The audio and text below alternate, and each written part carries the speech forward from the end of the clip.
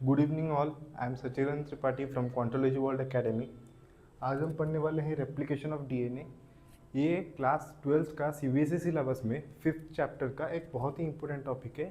इस ये सिर्फ उसी चैप्टर का इंपॉर्टेंट टॉपिक नहीं, टोटल बॉटनी कोर्स में ये one of the most important topics है। आप चाहे नीट बोलो तो कि सीबीएसई बोलो, दोनों में ये बहुत ही इंपॉर्टेंट टॉपिक है। और ये जेनेटिक्स का बेसिस है, क्योंकि डीएनए के रेप्लिकेशन से ही आपके पेरेंट्स से आपके पास जो जीन्स है वो इसी वजह से आया है। डीएनए रेप्लिकेट होगा, फिर डीएनए आरएनए में कन्वर्ट होगा, फिर प्रोटीन बनेगा। तो this is the main starting point of replication. DNA replicate होगा, फिर ट्रांसक्रिप्शन से आरएनए बनेगा, फिर ट्रांसलेशन से जो आरएनए होगा वो प्रोटीन को कोड करेगा। तो रेप्लिकेशन ऑफ डीएनए, जब वाटसन एंड क्रिक 1953 में जब उन्होंने बोला था कि double helix structure of DNA, जो double helix structure of DNA, that DNA is not any double stranded structure, random double stranded structure, it is double helix structure rightly folded. तो हम देखेंगे डीएनए का स्ट्रक्चर कुछ इस तरह का है।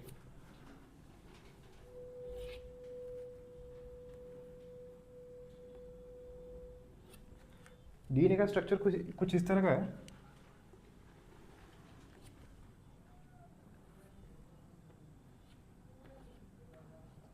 कुछ इस तरह का है। ये एकदम सा ये इस तरह का स्ट्रक्चर हम छोटी क्लास में पढ़ते थे, इस तरह का नहीं है। This is wrong, this is correct, and this one is proposed by Watson and Crick. तो इन वाटसन एंड क्रिक ने जो ये स्ट्रक्चर बोल दिया था, तब उन्होंने देखा था कि इसी स्ट्रक्चर में जब वो मैग्नीफाई करके देखते हैं,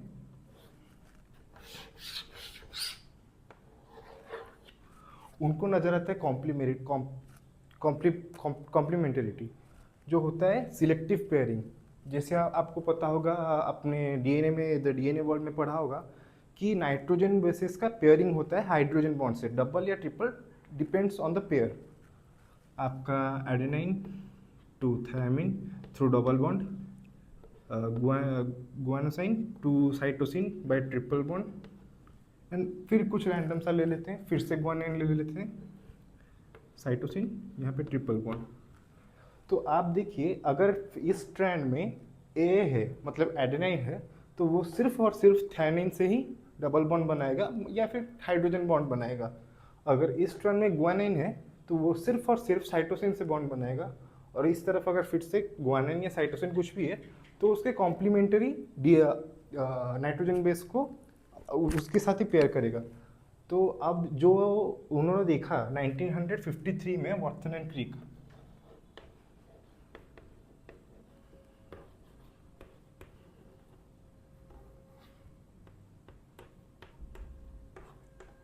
उन्होंने 1953 में ये डबल हेलिक्स स्ट्रक्चर प्रपोज किया था।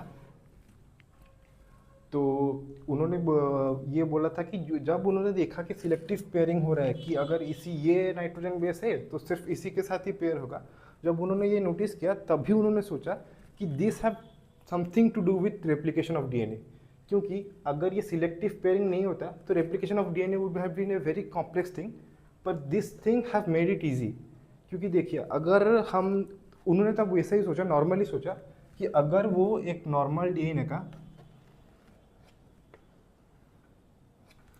एक ही स्ट्रैंड लिया, ये एक ही स्ट्रैंड लिया, टेम्पलेट के इस तरफ कर देता हूँ, एक ही स्ट्रैंड लिया टेम्पलेट के हिसाब से, तो वो दूसरा वाला जो स्ट्रैंड होगा वो खुद सिंथेसाइज कर सकते हैं। क्योंकि उनका ये पता होगा कि अगर ये ए है, ये जी, ये सी, ये फिर से सी, तो वो जो दूसरा स्ट्रैंड बनाएंगे उनको पता होगा कि यहाँ पे टी चाहिए, यहाँ पे सी चाहिए, यहाँ पे जी चाहिए, यहाँ पे जी चाहिए।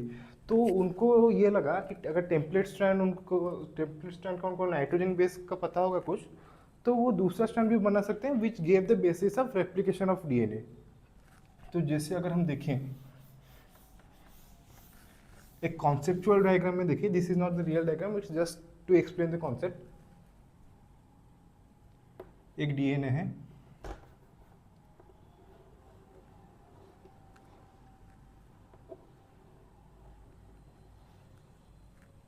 ये एक डीएनए स्ट्रैंड है, ये उसके दोनों फ्रेगमेंट्स सेपरेट हो गए। जो जहाँ से वो सेपरेट हुए वहाँ से उनका जो सिंथेसाइज स्ट्रैंड है वो वहाँ यहाँ पे बाइंड करेगा,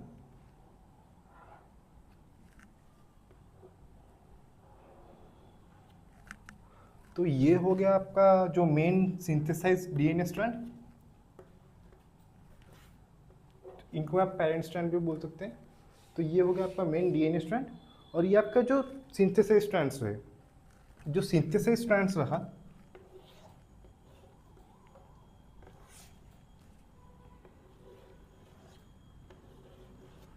इनमें से एक होगा जो एक पेरेंट डीएनए से होगा, तो उसे पेरेंट स्ट्रैंड बोलेंगे।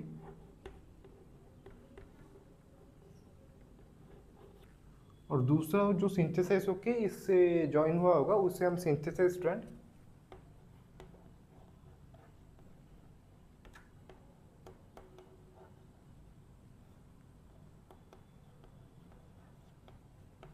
या फिर डॉटर स्ट्रैंड भी कह सकते हैं। एक हो गया आपका पेरेंट स्ट्रैंड, दूसरा हो गया आपका सिंथेसिस स्ट्रैंड। तो वाटसन और क्रिक में जब 1953 में अपना डबल हेलिक्स मॉडल लॉन्च किया था और प्रपोज किया था, तब उन्होंने बोला कि ये डीएनए का जो कॉम्प्लीमेंटरिटी है, या फिर जो आप बोल सकते हैं स्पेसिफिक पेयरिंग है, this have something to do with the replication. तो तब भी उन्होंने रेप्लिकेशन ऑफ डीएनए का बेसिस दे दिया था। तब उन्होंने कुछ एक्सपेरिमेंटली प्रूव नहीं किया था, just the said as a theory. So आपका जो एक्सपेरिमेंटल प्रूफ था ऑफ रेप्लिकेशन ऑफ डीएनए, जिसे it is also said as semi conservative model of replication of DNA, it was proved by Matthew Meselson and Franklin Stahl in 1958। तो आपका जो proposal था वो जो वाटसन एंड क्रिक ने दिया था just after giving the double helix model of DNA, वो आपको मैं अभी जब समझा दिया, this led the basis theory, theoretical basis of replication of DNA. अगर हम एक्सपेरिमेंटल प्रूफ की तरफ बढ़े,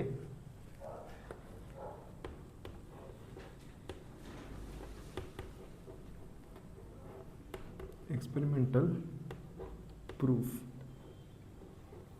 जो 1953 के 5 साल बाद हुआ था, यानी 1958 में, 1958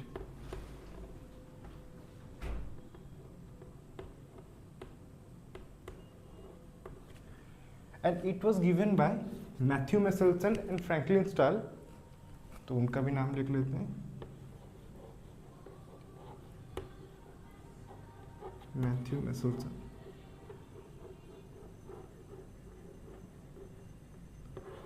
and Franklin Stahl.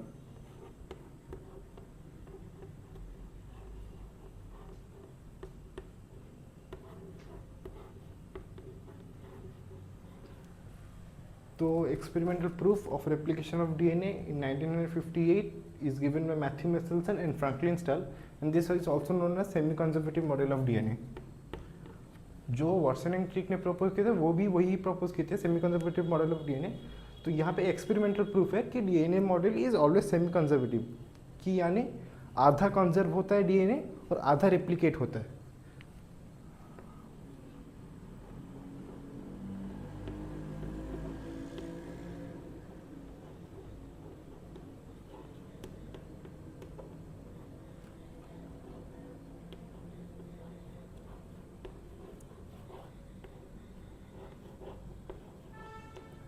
Semi conservative model of replication. तो experimental proof of replication of DNA, Matthew Meselson, Franklin Stahl, semi conservative model of DNA. तो अब इसको जाते हैं जो एक्सपेरिमेंट उन्होंने किया था।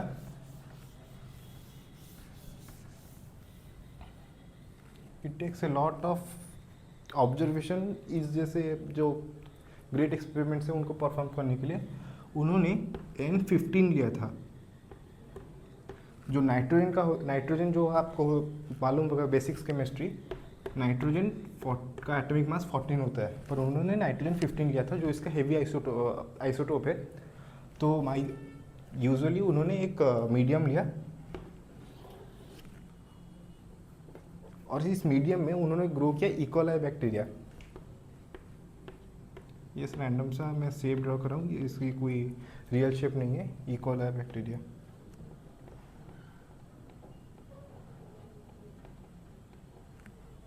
इकोलाई और इसके लिए कोलाई। तो उन्होंने एक मीडियम लिया, उसमें इकोलाई बैक्टीरिया ग्रो किया और इसमें नाइट्रोजन के सोर्स के हिसाब से उन्होंने डाला नाइट्रोजन क्लोराइड, वो N15 वाला अमोनियम क्लोराइड, नाइट्रोजन क्लोराइड नहीं, अमोनियम क्लोराइड NH4Cl। यहाँ पे नाइट्रोजन था वो N15 था, यानी हेवी नाइट्रोजन जो बोलते हैं। तो उन्होंने नाइट्रोजन क्लोराइड के मीडियम पे इकोलाई बैक्टीरिया को ग्रो किया फॉर सेवरल जनरेशन्स, यानी बहुत सारे जनरेशन तक, जब तक उनके जो डीएनए है, डीएनए में जो नाइट्रोजन बेसिस मैंने बोला था, नाइट्रोजन बेसिस है, और भी काफ़ी सारे सोर्सेस है डीएनए में एक बैक्टीरिया के बॉडी में, कि आप एक नॉर्मल ह्यूमन बॉडी में कह सकते हो। तो उनके डीएनए में नाइट्रोजन अमोनियम क्लोराइड का जो N15 नाइट्रोजन 15 है वो इनकॉर्पोरेट हो गया। तो उनके डीएनए में जो आप ये नॉर्मल स्ट्रक्चर देखते हैं डीएनए के, तो इसमें जो सारे नाइट्रोजन बेसिस थे, कि जो नाइट्रोजन के कंपाउंड्स थे, उसमें सारा N15 आ गया। जो नॉर्मल N14 था that is replaced by N15। तो उनके पूरे डीएनए मटेरियल में जब N15 रिप्लेस हो गया तो वो हेवी हो गया, बट ऑफ कोर्स पूरा रिप्लेस नहीं हुआ, थोड़ा थोड़ा ही रिप्लेस हुआ। तो उन्होंने क्या किया, आपको सेंट्रीफ्यूगेशन मशीन तो पता ही होगा, that centrifugation machine divides two mixable liquid solution on basis of their density और वेट भी बोल सकते हैं आप। तो उन्होंने क्या किया, इन इकोलाई बैक्टीरिया से उनका जो डीएनए है उसको आइसोलेट किए, उसको आइसोलेट करके उन्होंने सेंट्रीफ्यूगेशन मशीन में सीजियम फ्लोराइड के साथ, remember this compound, it's very important, this compound is used for density gradient separation. Caesium chloride solution के साथ उन्होंने वो डीएनए को सेंट्रीफ्यूगेट किया, क्योंकि the DNA consist of both types of nitrogen, एक तो नाइट्रोजन 14 वाला जो नॉर्मल है, और नाइट्रोजन 15 जो हेवी आइसोटोप है नाइट्रोजन का, उस डीएनए में दोनों थे। उन्होंने दोनों को एक साथ डालकर सीजियम फ्लोराइड जो कंसंट्रेशन, वो जो डेंसिटी ग्रेडियंट के सेपरेशन में बहुत काम आता है, उस मेथड से उन्होंने सेंट्रीफ्यूगेट किया या सेंट्रीफ्यूगेशन मशीन में डाला। और एज N15 इज हेवियर, तो वो जो टेस्ट ट्यूब था जिसमें सेपरेशन था, नीचे रह गया उस नाइट्रोजन N15 जो हेवी वाला था, तो वो डीएनए मटेरियल नीचे रह गया, और जो ऊपर वाला था सुपर नाइट्रोजन जिसे बोलते हैं, वहाँ पे रह गया N14। तो आप क्लियरली देख सकते हैं, ऊपर रह जाएगा N14, नीचे रह जाएगा N15। तो जो हेवी डीएनए मटेरियल था, जो डीएनए मटेरियल में N15 हेवी नाइट्रोजन था, तो वो बेस में रह गया, तो सेपरेट हो गया। तो अब इस सुपर नाइट्रोजन को बाहर निकाल देते हैं किसी में, ये गायब कर दिया आपने, और आपके टेस्ट ट्यूब में अब सिर्फ N15 ही है। जब आपके टेस्ट ट्यूब में सिर्फ N15 है, तो तब उन्होंने क्या किया ना, ये जो डीएनए मटेरियल है, तो और जो बैक्टीरिया से जो लिए थे, उन बैक्टीरिया को लेके और एक मीडियम में, ये अमोनियम क्लोराइड का N15 वाला मीडियम है, तो उन्होंने फिर क्या किया ना, एक N14 वाला मीडियम लिया, वही अमोनियम क्लोराइड, पर यहाँ पे N14 लिया। क्यों, अभी आपको पता चलेगा। तो ये जो N15 वाले थे अपने इकोलाई बैक्टीरिया, उन्होंने वो N14 मीडियम में जो अमोनियम क्लोराइड का जो N14 वाला मीडियम है उसमें ग्रो किया। तो ये एक फैक्ट है कि इकोलाई बैक्टीरिया टेक्स 20 मिनट्स, कहीं कहीं जगह पे 18 भी लिखा होता है, कहीं कहीं पे 20 भी लिखा होता है। सो हम यहाँ पे 20 लेके चलते हैं। E coli bacteria replicates every 20 minutes, तो एवरी 20 मिनट्स में उसका डीएनए रेप्लिकेट करता है। तो उन्होंने जो लिया था बहुत सारे, ये जो हेवी N15 वाला जो बैक्टीरिया वो सेपरेट किए थे, उन्होंने उसका बहुत सारा सैंपल लिया, बहुत सारे सैंपल लेके फॉर डिफरेंट वेरियस ऑब्जर्वेशंस। और उन्होंने क्या किया ना, इस N14 से अमोनियम क्लोराइड का जो N14 वाला था, उसमें उन्होंने ग्रो किया ये इकोलाई बैक्टीरिया को।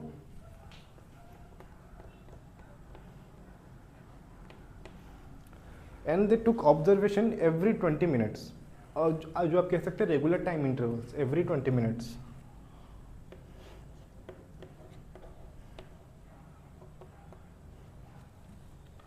पहले 20 मिनट्स, सेकेंड 20 मिनट्स, 30 मिनट्स, जैसे 20, 40, 60, 80।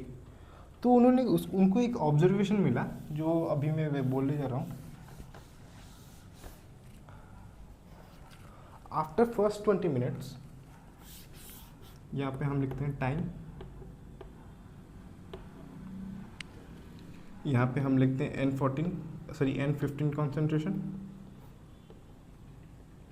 यहाँ पे हम लिखते हैं N14 वाला कितना परसेंट,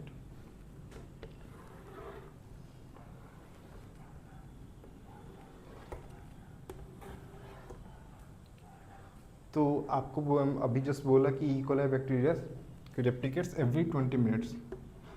तो पहले 20 मिनट के बाद उन्होंने ऑब्जर्व किया जो N15 वो जो नीचे सेटल हो गया था उससे जो लिए थे वो 100% था, क्योंकि वो सेपरेट किया था on basis of density gradient from in CSFL density gradient solution. So जो पहले 20 मिनट्स नहीं, पहले हम 0 से लेते हैं। 0 टाइम 0 जस्ट स्टार्ट हुआ, N15Cl DNA में 100% था, फिर N14 में वो था कितना 0%, क्योंकि जस्ट स्टार्ट हुआ, रेप्लिकेशन कुछ भी नहीं हुआ। तो अब टाइम 0 में 0% लाइट नाइट्रोजन, 100% हैवी नाइट्रोजन, तो वो कॉन्सेंट्रेशन चेक किए। फिर 20 मिनट्स पे उन्होंने ये 20 मिनट्स एक बार रेप्लिकेशन हो गया, तो ये जो 100 और 0 था ये 50-50 हो गया, N15 50% और ये वाला 50%। तो वो हैरान रह के कि पहले तो कुछ नहीं हुआ था, अब 20 मिनट के बाद ये 50 हो गया, ये 50 हो गया, एकदम आधा सा हो गया। तो उनको पहले लगा कि कुछ टाइम के बाद ये N14 100% हो जाएगा और ये एकदम 0% हो जाएगा, इसका कुछ नहीं बचेगा। तो उन्होंने फिर से टेस्ट किया, फिर 20 फिर से 0 20, फिर और 20 मिनट के बाद यानी 40 मिनट्स के बाद उन्होंने देखा कि ये जो 50% है ये बढ़ के हो गया 75% और ये हो गया 25%। बढ़ तो रहा है पर आधा आधा होके बढ़ रहा है। ये 100 था, फिर आधा आधा हो गया 50-50, फिर यहाँ पे जो 50 था वो 50 था, 50 का आधा हो गया 75, ये बना, ये 25% हो गया। क्यों? क्योंकि हम वो जो सेकेंड मीडियम लिए थे उसमें ओनली सोर्स ऑफ नाइट्रोजन था NH4Cl अमोनियम क्लोराइड और N था 14 वाला। तो N15 जो था वो अब अवेलेबल नहीं था, तो सिर्फ N14 वाला ही अवेलेबल था। तो उन्होंने क्या किया, जो बैक्टीरिया थे उन्होंने क्या किया ना, जो N14 ही अपने DNA के अंदर इनकॉर्पोरेट करने लगे। तो ये 75% हो गया, फिर 50% रेप्लिकेशन होगा। तो आफ्टर 60 मिनट्स उन्होंने देखा कि ये 75 प्लस 12.5 25 का आधा जो आपको पता होगा शायद, ये 87.5% हो गया और ये हो गया सिर्फ 12.5%। अगर हम इसी तरह से जाके देखें ना, ये कभी 0 नहीं होगा और ये कभी 100 नहीं होगा। क्यों? This is because of semi conservative model of replication of DNA। ये 12.5 फिर जाके 6.25%, फिर ऐसे ही डिवाइड होता जाएगा, नेग्लिजिबल हो जाएगा, पर ये कभी 0 नहीं होगा। ये बात की उनको गारंटी मिल गई कि ये आधा आधा होता जाएगा पर कभी 0 नहीं होगा। So this is basically called semi conservative model of DNA, कि एक जो N15 था वो कंजर्व होता गया through out the generations, negligible होता गया नियर बाय 0 बट नेवर 0। तो ये आपका था experimental proof of replication of DNA, जो कि सेमी कंजर्वेटिव मॉडल था। और मैथ्यू मिशेल्सन और फ्रैंकलिन स्टालिनी और बहुत सारे, एक टेलर नाम के एक साइंटिस्ट थे, उन्होंने भी 1958 में ही एक्सपेरिमेंट किया था उनके कलीग्स के साथ यूजिंग फैबा बीन्स। तो उनका एक्सपेरिमेंट इतना मीन्स था, अच्छा एक्सपेरिमेंट था, पर इनके जैसा एक्यूरेट नहीं था, क्योंकि इन्होंने जो N15 आइसोटोप यूज़ किया था, फिर N14 आइसोटोप यूज़ किया था, तो वो क्या था ना, वो एक एक्यूरेट वैल्यू देता था, क्योंकि वो एकदम से सेपरेट हो जाता था जो डेंसिटी ग्रेडियंट में, जो CH4Cl सीजियम फ्लोराइड की जो सॉल्यूशन था उसमें अच्छे से सेपरेट हो जाता था, तो जिसके लिए इनको एक एक्यूरेट सा फिगर मिलता था। तो आप फिर से अब आपका एक्सपेरिमेंटल प्रूफ गया। तो आज हम पढ़े क्या, पहले हम पढ़े proposal by Watson and Crick, जब उन्होंने डबल हेलिक्स मॉडल दिया था। फिर हम पढ़े experimental proof by Matthew Meselson and Franklin Stahl in 1958, जो कि semi conservative model of DNA को प्रूव करता है experimentally using N15 isotope NH4Cl medium using E coli bacteria. तो अब हम पढ़ेंगे मशीनरी कि कैसे रेप्लिकेट होता है। सब कुछ तो पढ़ लिया, अब मशीनरी पढ़ेंगे कि रेप्लिकेशन शुरू कैसे होता है, चलता कैसे है, ख़त्म कैसे होता है। तो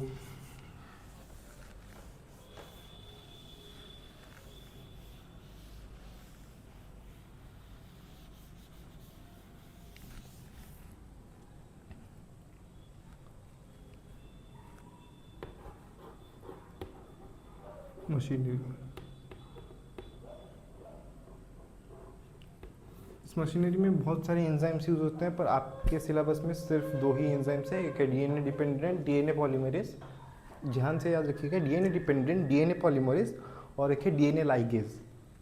तो वो 2 एंजाइम्स का नाम हम अभी लिख देते हैं, DNA dependent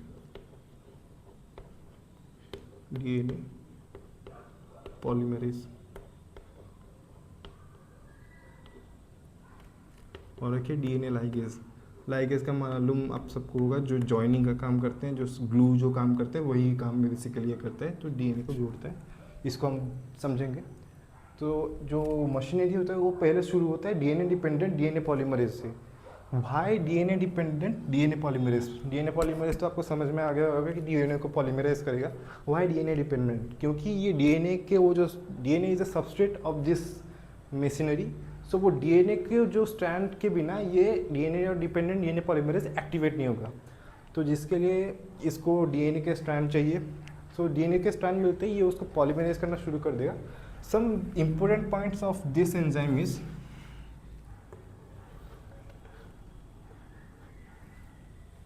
it is very accurate. इसका जो एक्यूरेसी है वो एकदम बहुत ही सही है। तो एक्यूरेसी के आने से पहले we should talk about his speed. ये बहुत ही फास्ट पॉलीमरेज करता है डीएनए पॉलीमरेज को, और हम मशीनरी को समझेंगे with basis of E coli bacteria. तो अभी मैंने आपको बोला कि ई कोलाई रेप्लिकेट्स इन, तो हम पढ़ रहे थे importance of DNA dependent DNA polymerase की। तो डीएनए डिपेंडेंट डीएनए पॉलीमरेज जो मैंने आपको बोला था कि बहुत फास्ट पॉलीमरेज करता है, और दिस इज़ इंपॉर्टेंट क्योंकि डीएनए रेप्लिकेशन एक एसेंशियल प्रोसेस है। अगर वो रेप्लिकेट ही करता रहेगा, ज़िंदगी पर रेप्लिकेट कर देगा और वो रेप्लिकेशन होगा ही नहीं। तो दिस इज़ वेरी फास्ट। हमको पता था कि 20 मिनट में डीएनए रेप्लिकेट कर जाता है ई कोलाई बैक्टीरिया में, और हमने पहले ही पढ़ा था ई कोलाई बैक्टीरिया में कितने बेस पेयर होते हैं, बेस पेयर बोल रहे हैं, हाँ base pair 4.6 × 10⁻6 BP base pairs, इतने बेस पेयर होते हैं ई कोलाई बैक्टीरिया में, और इतनों को रेप्लिकेट करता है सिर्फ 20 मिनट में। तो बेसिकली रफ कैलकुलेशंस के हिसाब से it is something about 2000 base pairs पर सेकेंड। आप सोच सकते हो 2000 बेस पेयर एक ही सेकेंड में वो पॉलीमरेज कर लेता है। और ये भी नहीं कि सिर्फ फास्ट पॉलीमरेज करता है, दिस इज़ वेरी एक्यूरेट।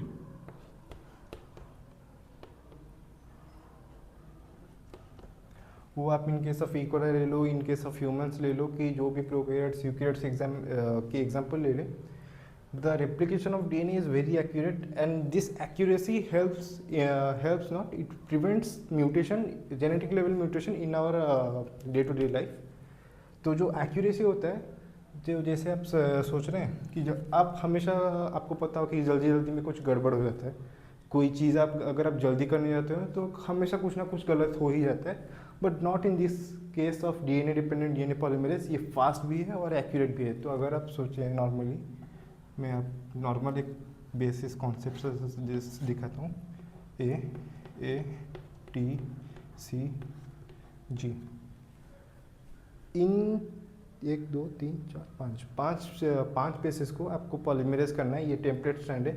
अगर फास्ट से करेंगे T C, यहाँ पे G, यहाँ पे C, आपके यहाँ पे गलती हो गया, T के साथ सिर्फ A ही आता है, ऐसे ही नहीं आता।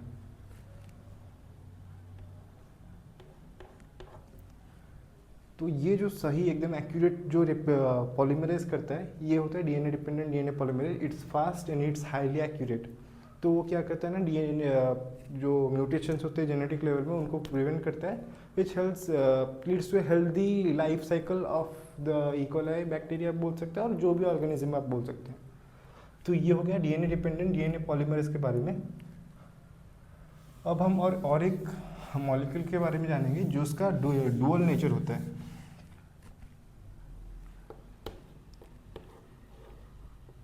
डीऑक्सी राइबोन्यूक्लियोसाइड,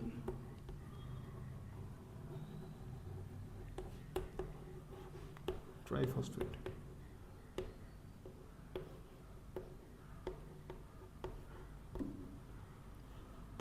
लंबा मॉलिक्यूल है डीऑक्सी राइबोन्यूक्लियोसाइड ट्राइफॉस्फेट। आपको ये नाम सुना सुना सा लग रहा है, कैसे है मैं बोलता हूँ। जो डीएनए फ्रैगमेंट का जो जो रफ स्ट्रक्चर होता है, रफ नहीं केमिकल स्ट्रक्चर होता है, यहाँ पे आपका बेस लगता है ए बोल सकते हैं या कि जो भी बोल सकते हैं, double bonded with C T. यहाँ पे फॉस्फेट ग्रुप होता है, ये आपका राइबोस शुगर हो जाता है। तो जो फॉस्फेट ग्रुप और जो राइबोस शुगर होता है, इनको बोलते हैं मिलकर डीऑक्सी राइबो न्यूक्लियोसाइड ट्राइफॉस्फेट। जो नाइट्रोजन बेस होता है, इस मॉलिक्यूल में ये चीज़ इंक्लूड नहीं होता है, ये चीज़ इंक्लूड नहीं होता है, सिर्फ यही इंक्लूड होता है। तो इसमें डुअल नेचर क्या है, it acts as a substrate. जो नॉर्मली मालूम होगा कि यही चाहिए रिएक्शन के लिए, क्योंकि यही इसी चीज़ का तो रेप्लिकेशन हो रहा है, तो ये चाहिए रिएक्शन के लिए। तो ये इसका फर्स्ट जो रोल हो गया एज ए सबस्ट्रेट, जो केमिस्ट्री में आप रिएक्टेंट भी बोल सकते हैं, सबस्ट्रेट। तो सेकेंड चीज़ जो बहुत ही इंपॉर्टेंट है,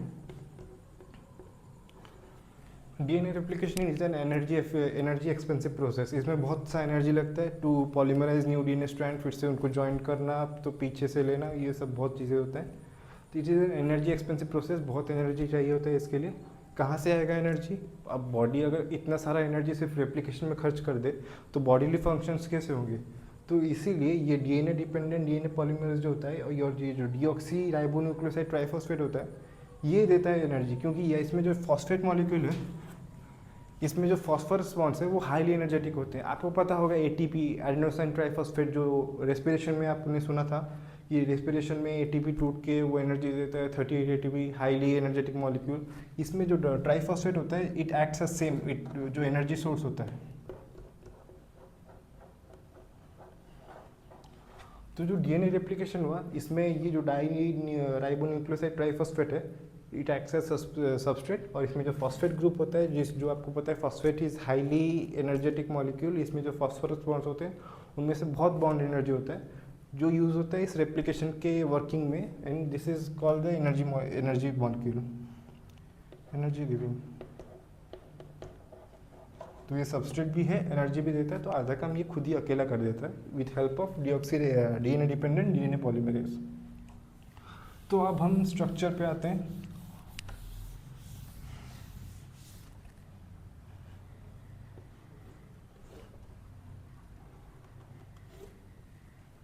बेसिकली डीएनए जब रेप्लिकेट करता है वो कुछ इस तरह का दिखता है, not exactly this is a conceptual structure.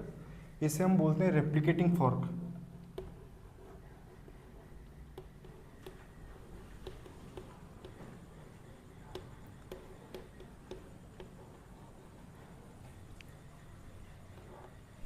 Fork क्यों? आपको पता है फॉर्क जिससे हम नूडल्स वगैरह खाते हैं, उनमें भी दो दान जैसे होते हैं, और ये भी रेप्लिकेशन के लिए ऐसे खुल गया, तो इसे भी हम रेप्लिकेटिंग फॉर्क बेसिकली कहते हैं। तो इसमें रेप्लिकेटिंग फॉर्क, इसको हम बोल देते हैं 5 प्राइम टू 3 प्राइम, ये होगा 3 प्राइम से 5 प्राइम, सॉरी। तो आपको पता होगा 3 प्राइम टू 5 प्राइम। और एक खास बात मैं बोलना चाहता हूँ डीएनए डिपेंडेंट डीएनए पॉलीमरेज का, it synthesise from 5 prime to 3 prime. इसी डायरेक्शन में सिंथेसाइज करता है, इसको उल्टे डायरेक्शन में वो सिंथेसाइज नहीं कर सकता। मतलब जो 3 प्राइम टू 5 प्राइम, इसमें वो सिंथेसाइज नहीं कर सकता, सिर्फ वो एक ही डायरेक्शन में सिंथेसाइज करता है, जो कि है 5 प्राइम टू 3 प्राइम। तो आप अगर यहाँ पे गैस लगाएंगे, अगर वो 5 प्राइम से 3 प्राइम सिंथेसाइज करेगा, तो इस टर्न में करना चाहिए 5 प्राइम टू 3 प्राइम, पर ये चीज़ गलत है। ये बहुत कॉमन सा मिस्टेक है जो बच्चे करते हैं यूजुअली। वो 5 प्राइम से 3 प्राइम पॉलीमरेज करता है, पर जो पॉलीमरेज करता है वो एक कॉम्प्लीमेंट्री स्ट्रैंड है, जो टेम्पलेट स्ट्रैंड है उसके लिए। टेम्पलेट स्ट्रैंड ये है, वो 5 प्राइम से 3 प्राइम पॉलीमरेज करता है। तो यहाँ पे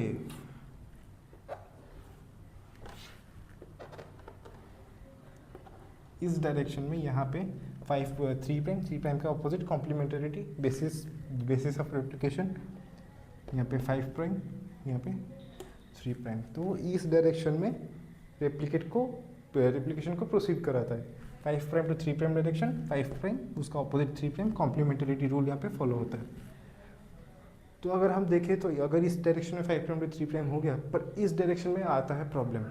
ये वाला स्ट्रैंड तो इजीली अपना रेप्लिकेट होता जाएगा, उसका कुछ प्रॉब्लम्स नहीं है, पर इस स्ट्रैंड में आता है प्रॉब्लम। क्योंकि यहाँ पे अगर 5 प्राइम है तो यहाँ पे 3 प्राइम आएगा, यहाँ पे कुछ इसका टेम्प जो पॉलीमरेज होगा उसका 5 प्राइम कुछ यहीं पे आएगा। पर यहाँ पे होगा कैसे, क्योंकि 5 प्राइम से 3 प्राइम पॉलीमरेज करता है, 3 प्राइम से 5 प्राइम नहीं, हमें इसी डायरेक्शन में रेप्लिकेशन करना है, तो कैसे भी कुछ करके इस डायरेक्शन में जाना है। तो बेसिकली होता क्या है, रेप्लिकेशन यहाँ से शुरू नहीं होता, रेप्लिकेशन शुरू होता है यहाँ से 5 प्राइम, और यहाँ पे कुछ उसका 3 प्राइम भी होगा, ये भी 3 प्राइम ही है, यहाँ पे कुछ भी 3 प्राइम होगा, यहाँ पे कुछ 5 प्राइम भी होगा। तो जो 3 प्राइम है यहाँ पे और एक 3 प्राइम फॉर्म करेगा और इसका 5 प्राइम। तो 5 प्राइम से 3 प्राइम पॉलीमराइज करते हैं, तो वो इस डायरेक्शन में जो रेप्लिकेशन है वो इस डायरेक्शन में प्रोसीड करता है, फिर से इसी डायरेक्शन, फिर से इसी डायरेक्शन, यहाँ पे फाइनली फॉर्म करता है 3 प्राइम। तो आप यहाँ पे देख सकते हैं ये एक ही डायरेक्शन में रेप्लिकेशन कर रहा है, कंटिन्यूसली कर रहा है, ये उसका अपोजिट डायरेक्शन में रेप्लिकेशन कर रहा है, नॉन कंटिन्यूस वे में कर रहा है, आधा आधा टूट के कर रहा है। तो इसको बोलते हैं हम कंटिन्यूस रेप्लिकेशन या कंटिन्यूस फ्रैगमेंट।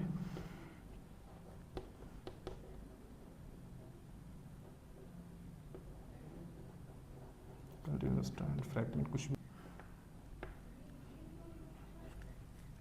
ये हो गया आपका डिसकंटिन्यूस या नॉन कंटिन्यूस बोल सकते हैं, डिसकंटिन्यूस स्ट्रैंड। यहाँ पे स्ट्रैंड लिखें तो यहाँ पे भी स्ट्रैंड लिखना बेटर होगा।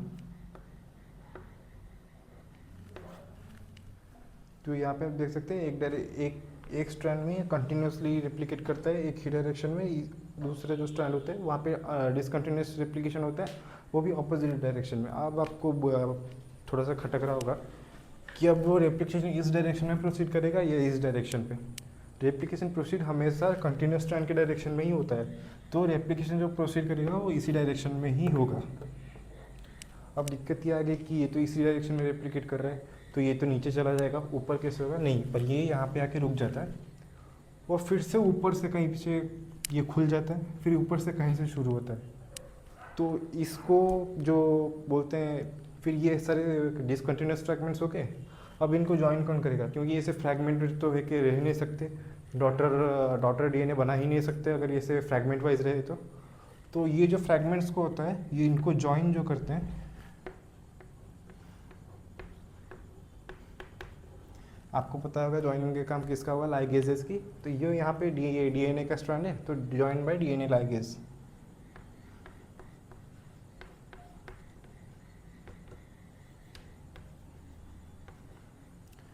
इसको आप डिसकंटिन्यूस स्ट्रैंड बोल सकते हैं या फिर ओकाज़की स्ट्रैंड्स भी बोलते हैं इन्हें, कुछ स्पेसिफिक बायोलॉजिकल टर्म से Okazaki strands.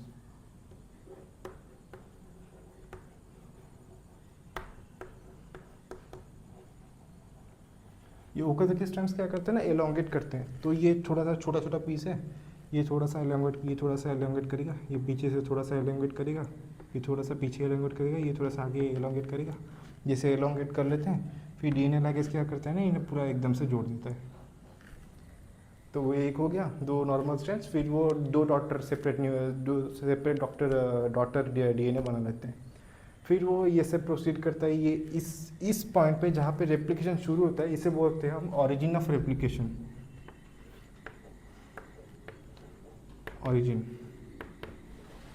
Origin of replication भी कहते हैं, इसको हम ओरी भी कहते हैं, जो आपको आगे भी जाके पता चलेगा। ऑरिजिन ऑफ रेप्लिकेशन, ये बायोटेक में इसका बहुत सारा रोल है, क्योंकि बायोटेक का जो बेसिस है, जिस वजह से बायोटेक हम यूज़ करते हैं, वो है जो प्रोकैरियोट सेल है उनका जो प्लाज्मिड है उसका और ही बेसिकली हेल्प करता है, जो बायोटेक्नोलॉजी में जो सब मेथड्स हम पढ़ेंगे पे इसके बाद। तो फिर से हम समराइज कर लेंगे, 5 prime to 3 prime, 3 prime to 5 prime strand दो हो गए। 3 prime to 5 prime to 3 prime strand में हम 5 प्राइम टू 3 प्राइम, ये सिर्फ डीएनए डिपेंडेंट डीएनए पॉलीमरेज सिर्फ 5 प्राइम टू 3 प्राइम डायरेक्शन में पॉलीमरेज करता है। तो 3 प्राइम स्ट्रैंड से हम यहाँ पे शुरू करेंगे, क्योंकि 3 प्राइम का ऑपोजिट 5 प्राइम है। 3 प्राइम टू 5 प्राइम डायरेक्शन जो कंटिन्यूस स्ट्रैंड है उसी का डायरेक्शन होगा रेप्लिकेशन। और फिर दूसरा स्ट्रैंड में डिसकंटिन्यूस, क्योंकि वो जो दिक्कत है अपना डीएनए पर डिपेंडेंट डीएनए पॉलीमरेज की, कि उसे 5 प्राइम से 3 प्राइम करता है, तो डिसकंटिन्यूस अपोजिट डायरेक्शन में होता रहेगा। फिर ये खुलता रहेगा ऑरिजिन ऑफ रेप्लिकेशन, तो वो ऊपर होता चला जाएगा। This is according to the requirement of the cell. तो अब हम पढ़े थे रेप्लिकेशन ऑफ डीएनए फ्रैगमेंट्स के बारे में, वो मैकेनिज्म और डिफरेंट एंजाइम्स यूज्ड वो हमने पढ़ा था, DNA dependent DNA polymerase, DNA ligase. अब हम इस टॉपिक को कंक्लूड करेंगे विथ सम बेसिक पॉइंट्स कि जो डीएनए रेप्लिकेशन होता है,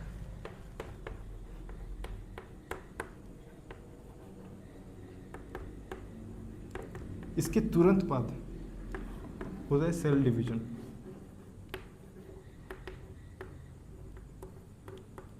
क्योंकि डीएनए का कंटेंट डबल हो गया था, अगर वो कुछ 2n अगर नॉर्मल प्लॉइडी के हिसाब से बोले तो 2n के बाद वो रेप्लिकेट हो गया 4n हो गया था। अगर सेल डिवीजन ना हो तो एक ही ऑर्गेनिज्म में 4n हो जाएगा, जो कि एबनॉर्मलिटी है, वो आप कैंसर सेल भी बोल सकते हैं, जो आपको बोल सकते हैं क्रोमोसोमल म्यूटेशन, कि क्रोमोसोमल का सेट डबल या ट्रिपल ऐसे कुछ हो जाता है, जो बोलते हैं एबनॉर्मलिटी इन प्लॉइडी। तो इस वजह से हमारा म्यूटेशन आ जाता है। अगर डीएनए रेप्लिकेशन और सेल डिवीजन अगर हमारा प्रॉपरली कोऑर्डिनेटेड एंड फास्ट नहीं होते तो आपका म्यूटेशन दिखाई देता है। तो ये हो गया आपका डीएनए रेप्लिकेशन का टॉपिक। अगर आपको समझ में आया तो I would be happy to hear that. Thank you.